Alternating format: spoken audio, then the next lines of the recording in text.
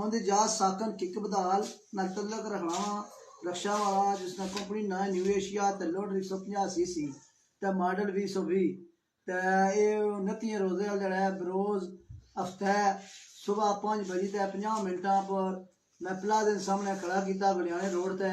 मैं अंदर माल किन्ने दी गया ते वापस आया 6 बजे ते 5 मिनटा पर ते रक्षा कोई चोरी करके नहीं गया ते मैं बड़ा गरीब बंदा हाँ ये रक्षा बड़ा औखा मैं किदा सी ते इसना रक्षे ना इंजन नंबर हो तुसें मैं दसना पिया हाँ ZS 162 FMJL 8 17 है ते इसना चेसिस नंबर जड़ा है ना LZSHCKZJ 11 80 26 027 है ते ये न्यू एशिया कंपनी है ते ये बराए मेहरबानी ते उस बाद ये जनाब जेडे गया कैमरे नो गुलियाने मोड़ तक वकार ओल्ड बैटरी स्कूल हो इन्होंने सबा कैमरे नजर आ रहा एक पठान सियाने जा रहा बुकल मारी सो 25-26 साल ना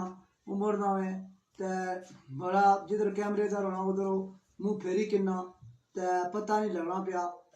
बाकी हो लिया उसने सारा नजर आ रहा बाल शाल हर चीज नजर आ रही है सिर्फ उसना मुंह जड़ा गया निकाह मारिया सो मुंह नहीं लाना पिया कोशिश करनी